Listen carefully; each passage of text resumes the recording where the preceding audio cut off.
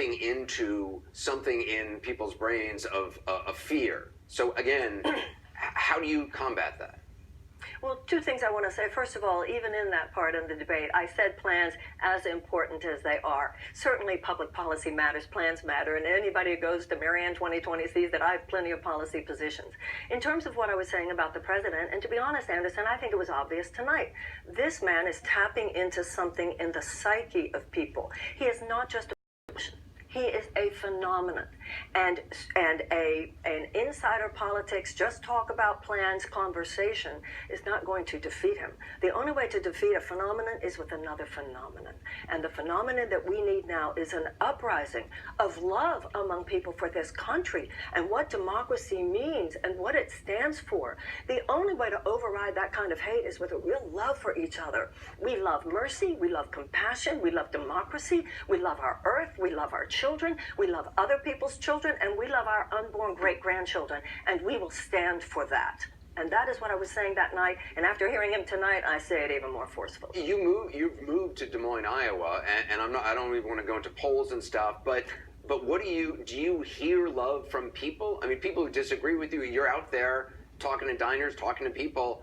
Do you say that there's a lot of love out there, or do you say there's a lot of fear out there? You know, there are far more love in this country than who hate. The problem in the United States is that hate has been harnessed for political purposes. You know, I read in an interview where Jared Kushner said that he had been at a McDonald's, which I always found fascinating, talking to his father-in-law. And he said, I see a lot of angry people out there, and we could harness all that and make you president.